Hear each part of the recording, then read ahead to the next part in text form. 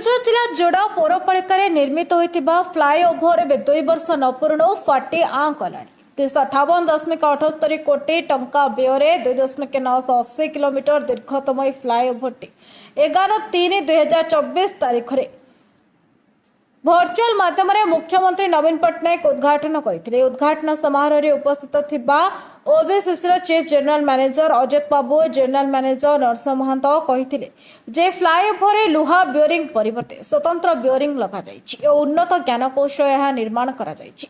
एहार स्थायित्व प्राय 100 वर्ष बोली कहा जाउथिला। वर्तमान स्थिति फ्लाईओभर देखा गले एते निम्नमानर काम करा जाइछि जे रास्ता फाटे लुहा रड बाहर को बाहरी कलानी। यही फ्लाईओभर प्रत्येक दिन हजार हजार गाड़ी छोटू बड़ पर्यंत चलुची।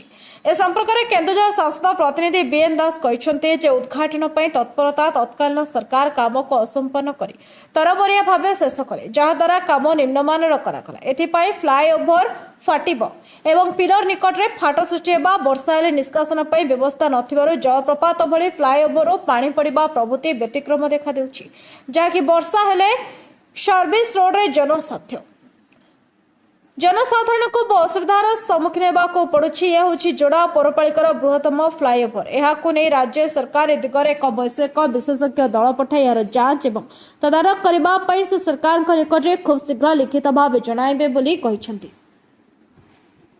जोड़ारू रमेश चंद्र महापात्र रिपोर्ट नायबती टीवी।